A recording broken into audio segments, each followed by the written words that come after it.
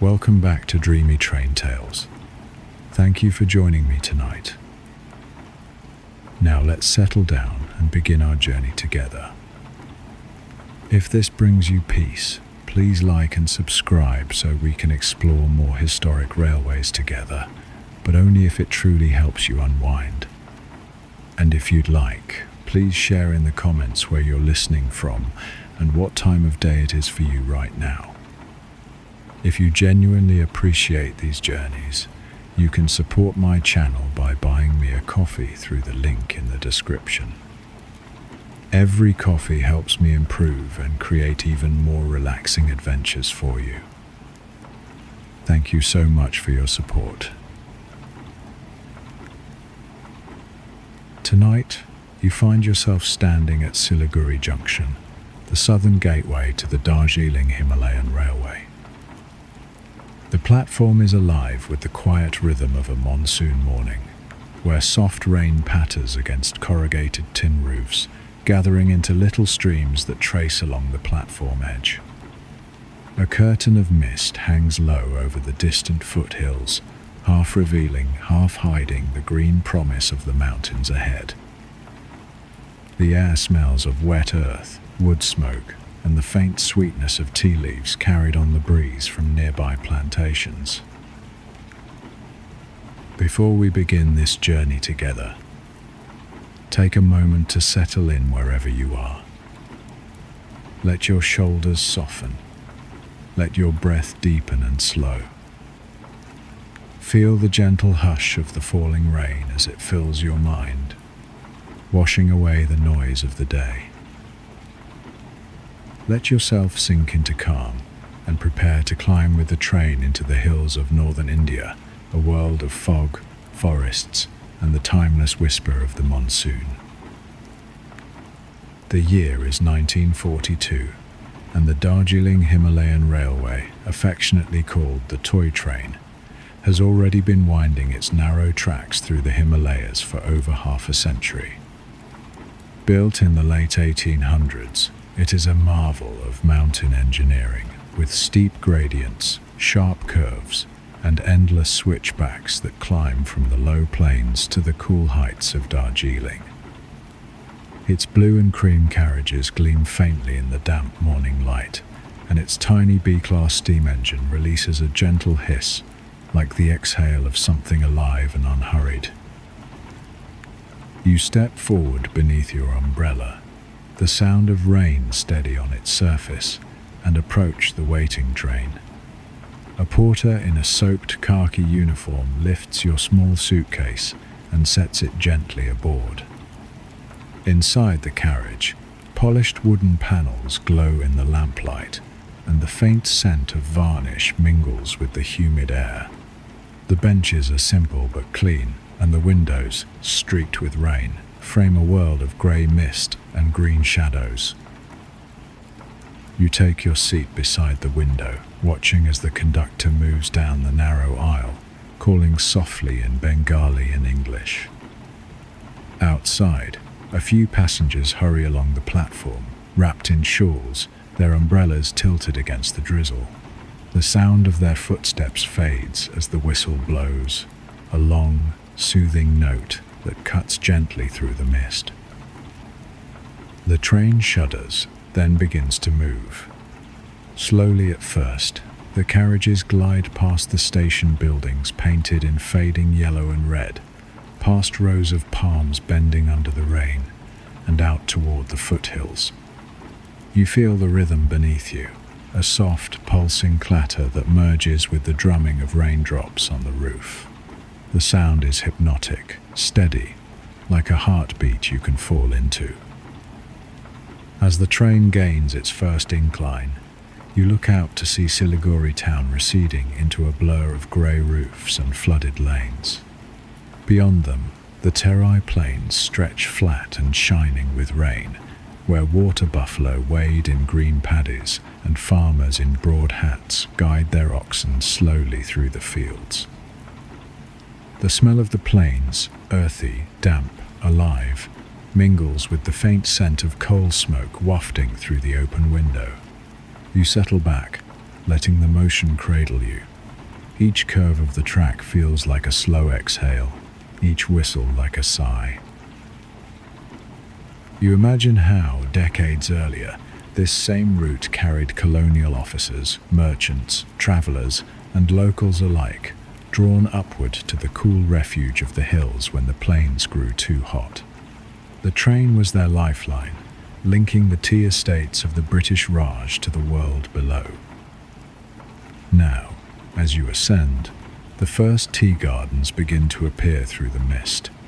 Endless slopes of deep green, dotted with workers carrying baskets on their backs, their bright saris vivid against the soft greys of the day. The air cools noticeably, and droplets cling to the outside of your window like tiny pearls.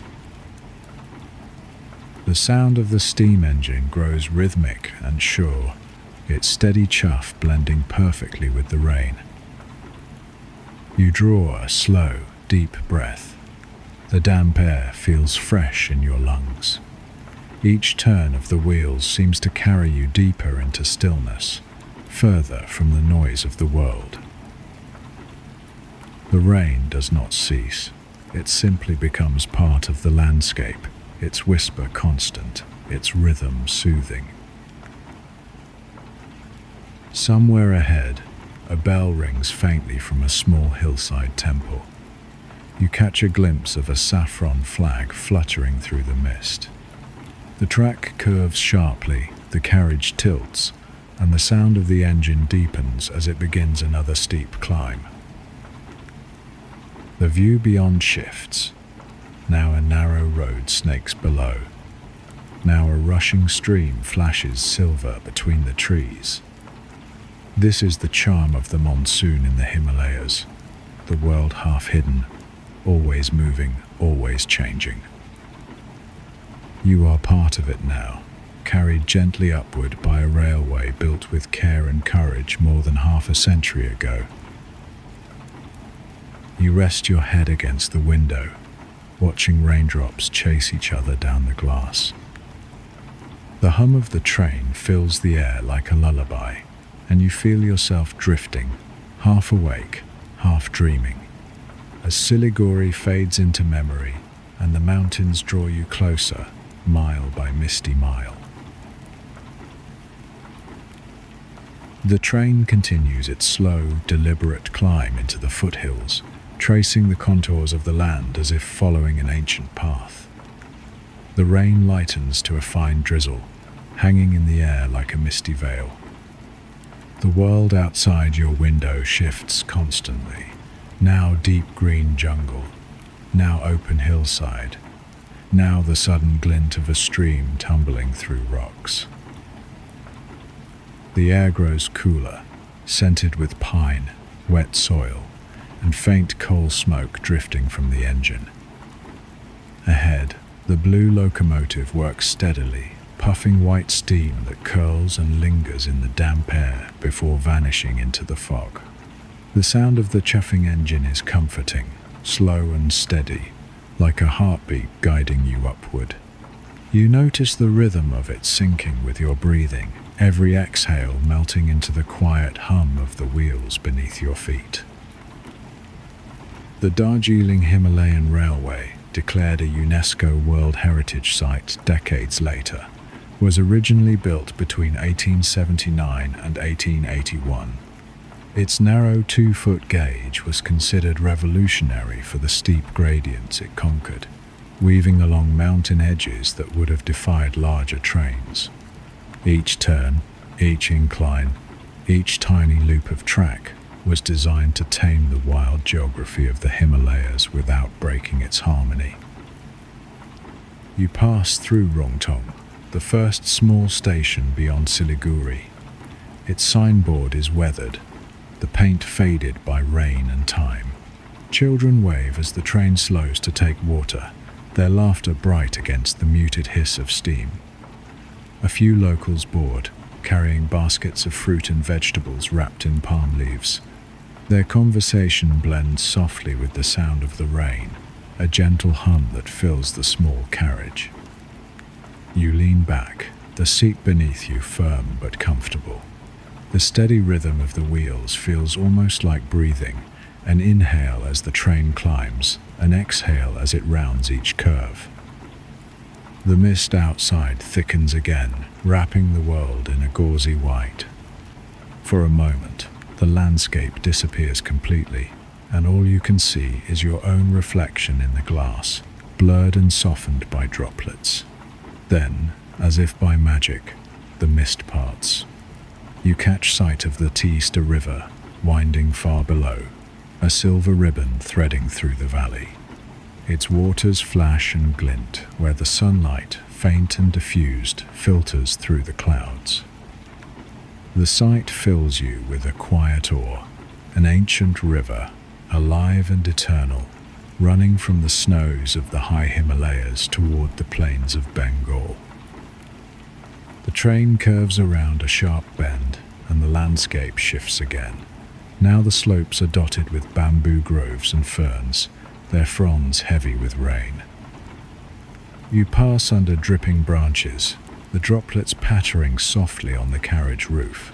The scent of damp vegetation fills the air, clean and rich.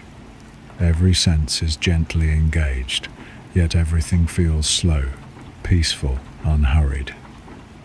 You can almost imagine what it was like in those early days of travel, when colonial passengers in starched shirts and wool coats sat beside locals wrapped in blankets and shawls.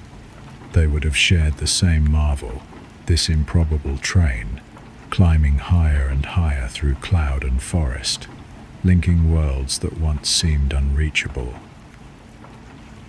At Tintaria, another station perched on a narrow ledge, the train halts again.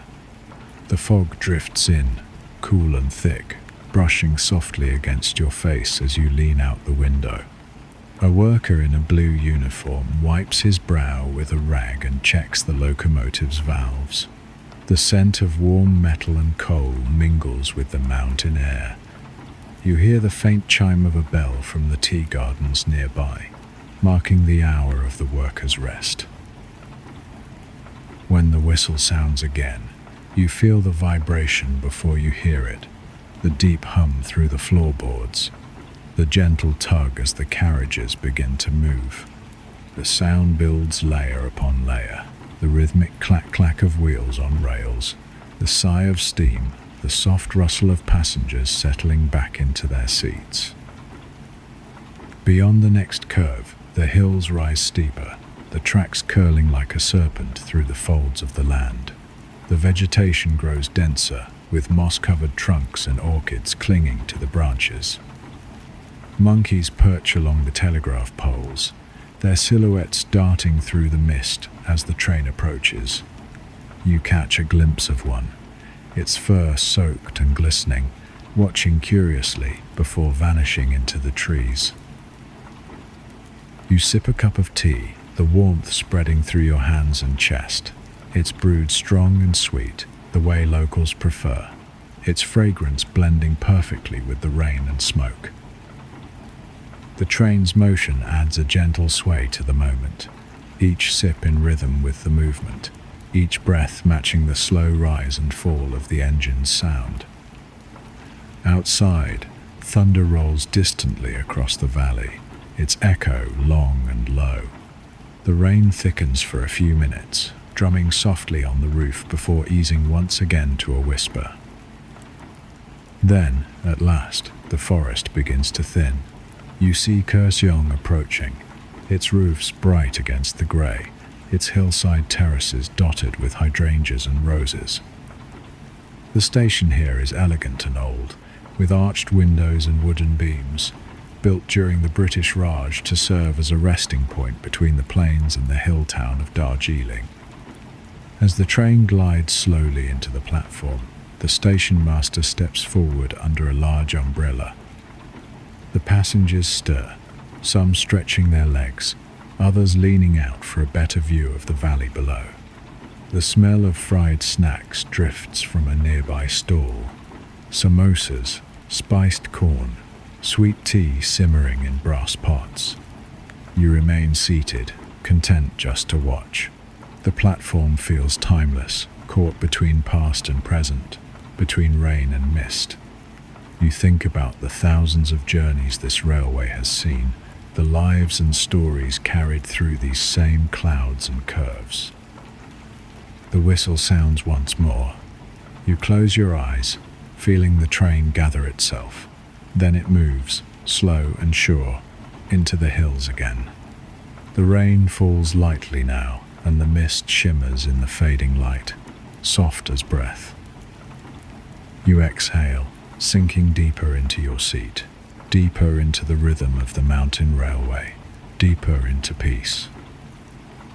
The gradient grows steeper now, and the air feels thinner, cooler, touched by the scent of pine and wet stone.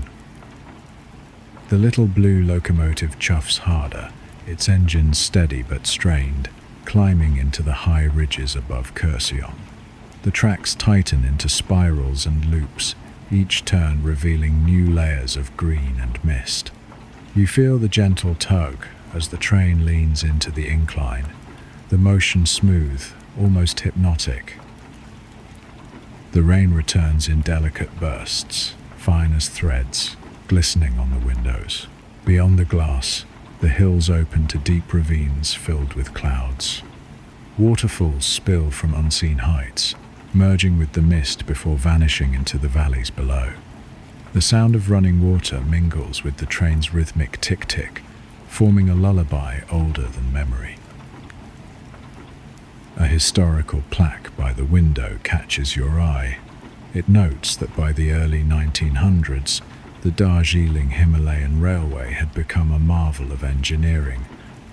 With more than 800 curves and 6 graceful loops, designed to conquer nearly 7,000 feet of elevation in less than 50 miles.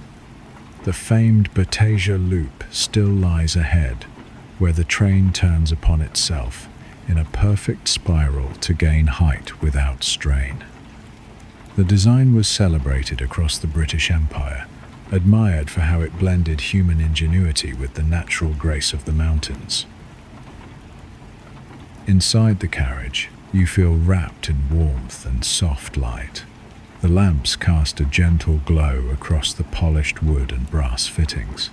The seats are worn but inviting, each detail a reminder of how this railway once served British officials, tea planters, and travellers seeking mountain air. Yet tonight, the luxury feels simpler, less about prestige, more about stillness, rhythm, and the quiet joy of motion. Outside, the clouds part just long enough to reveal rows of tea terraces, emerald and glistening. Women in bright scarves move slowly between the bushes, their baskets balanced gracefully on their backs. Their movements are measured, almost meditative, each leaf plucked with care. You catch sight of a child waving from the edge of a path, his laughter bright against the rolling mist. The train rounds a bend and crosses a narrow stone viaduct. Below, the valley yawns open, filled with swirling fog.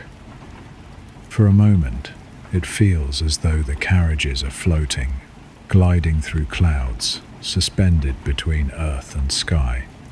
The sensation is soothing, weightless, like drifting into dream. You rest your head lightly against the window. The glass hums faintly with vibration, cool to the touch. Droplets trace slow paths down the pane, following the motion of the train. Each drop seems to move in rhythm with your heartbeat. You close your eyes, listening to the muffled murmur of the rails, to the sigh of the wind as it wraps around the carriage, to the soft breaths of those seated nearby. Somewhere behind you, a conductor hums under his breath.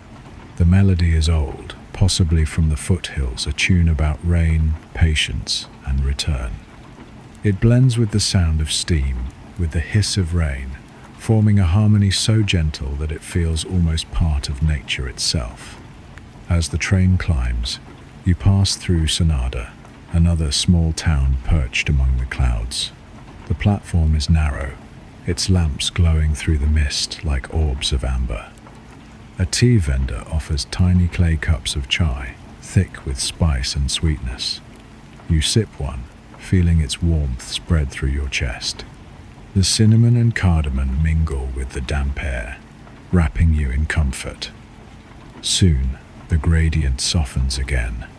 The train coasts through forests of pine and oak, the trunks dark and wet with rain. Ferns grow thick along the embankment, their fronds glistening in the dim light. The forest hums faintly with life. Hidden streams, distant crickets, the occasional call of a mountain bird. You feel the day begin to fade. The light dims to silver, the mist deepens, and the air grows cool against the skin. The landscape turns dreamlike, neither night nor day, only shades of quiet. Then, as if emerging from a cloud, the train enters the Batasia loop. You look down and see the track curling beneath itself, an elegant spiral of steel and gravel. The train moves slowly, tracing the circle that engineers once called a triumph of balance. From here, the valley spreads vast and blue-grey, the last colors of daylight spilling across the distant peaks. The rhythm slows, softer now, like the last bars of a lullaby. The passengers fall silent, their gazes drawn outward to the vast, endless cloudscape. The rails gleam in the fading light, and the world feels suspended, each moment held perfectly between motion and stillness. You lean back, your eyes half closed. The memory of tea, of rain, of voices in the mist drifts through your thoughts. The train hums softly, like a gentle heartbeat beneath you. The evening deepens. The world narrows to this single movement, this steady rhythm that carries you closer to peace. Beyond the window, lightning flickers across a far ridge, silent and brief. It illuminates the clouds, revealing their silver edges before darkness folds back in. The rain softens once more, each droplet falling slower than the last. You feel the altitude now, not as pressure, but as stillness. The air is thinner, cleaner, as though every breath brings you closer to rest. The engine whistles gently. Ahead lies Darjeeling. You can almost sense its quiet promise, a town perched among the clouds, lanterns glowing, streets hushed by rain. But for now, you remain within the moment, the train moving slow and steady, carrying you through cloud and dream alike. The train winds into the final stretch of the ascent, its pace unhurried, steady as breathing. The air outside has turned pale with mist. The world softened to shades of grey and blue. The whistle sounds once, low and distant, echoing through the folds of the mountains. It feels almost like a farewell to the lower valleys, to the rain-wrapped plains far below. The forest begins to thin. Through breaks in the mist, you glimpse clusters of rooftops, Darjeeling, suspended on the ridge like a vision from another time. The little blue locomotive presses forward, steam billowing softly, blending with the fog that curls between the trees. Each rotation of the wheels feels slower now, gentler, as if the train itself knows it's nearing its night's rest. A faint golden glow appears through the mist. It's the first lantern of the upper station, its light glimmering across the damp tracks. The platform of Gum, the highest point on the route, emerges, silent, timeless. The small signal house shining dimly against the darkening sky. Here, at over 7,000 feet, the Darjeeling Himalayan Railway holds one of its proudest distinctions.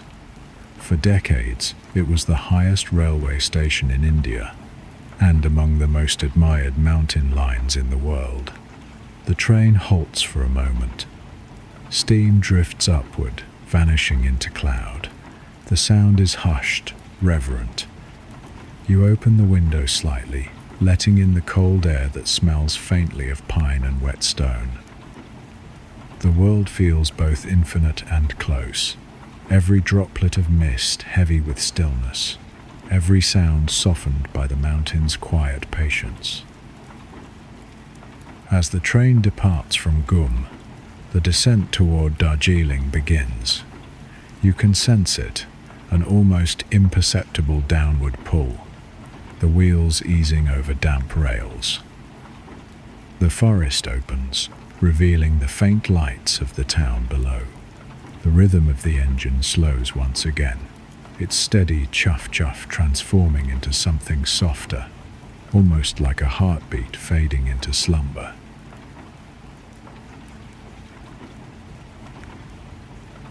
Within the carriage, the lamps glow warmly, reflecting in the glass as faint halos.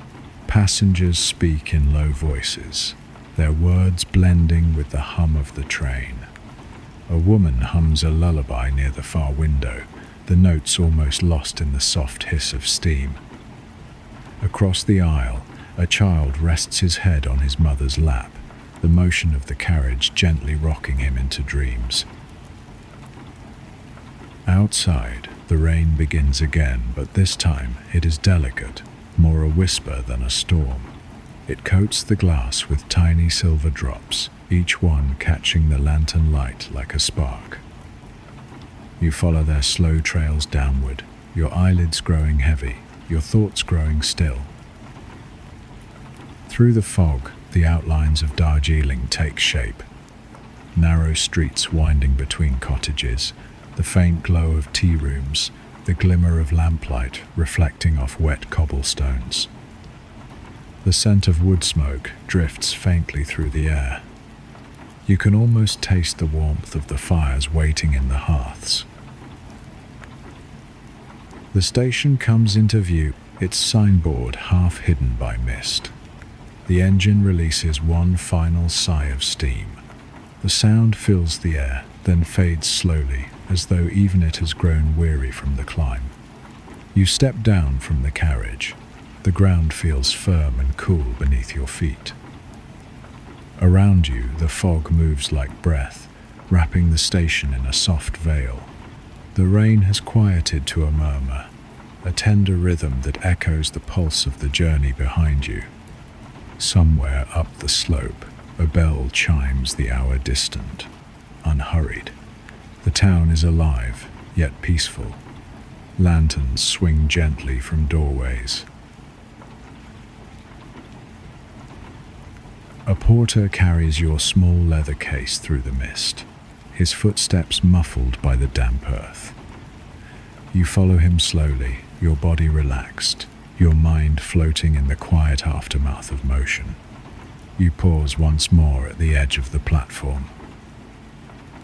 Behind you, the little blue train rests in stillness, its carriages glowing faintly with interior light. Steam curls upward, dissolving into the low clouds. It seems to breathe, content after its long climb. The world feels suspended, between waking and sleep. The faint hum of the rails lingers in your memory, blending with the whisper of wind through pines. The journey has slowed to stillness, and within that stillness, peace begins to take hold. The mountain night folds around you like a soft blanket, cool and hushed. The rhythm of the train remains within you, steady and soothing, as though your heartbeat has learned its pattern. You take one last deep breath of the high, misty air and let it go, releasing every last trace of the day.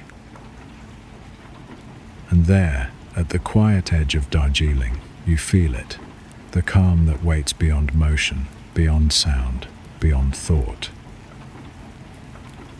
The journey has brought you here, gently, patiently, to a place where everything can rest. As this gentle journey draws toward its end, the night air settles around you, soft and cool. The train's rhythm has faded, leaving only the quiet hum of stillness in its wake. The last sounds linger in memory. The sigh of the engine, the whisper of rain against glass, the faint echo of wheels easing to rest. You feel them fading, slowly, like waves receding from a distant shore. Your breathing has found its own calm tempo, matching the silence of the mountain. Each breath feels longer, deeper, as if the air itself carries rest. You feel your shoulders soften, your hands unclench, your entire body yielding to the quiet. The mist outside thickens, its pale glow reflecting the lanterns that line the quiet streets of Darjeeling. Everything beyond this moment dissolves into calm light and slow rhythm. In the distance, the faint toll of a temple bell drifts through the fog. It rings once, twice, then fades into the folds of the hills. The sound feels timeless, like a reminder that night in these mountains has always carried this peace, unbroken, ancient, endlessly patient.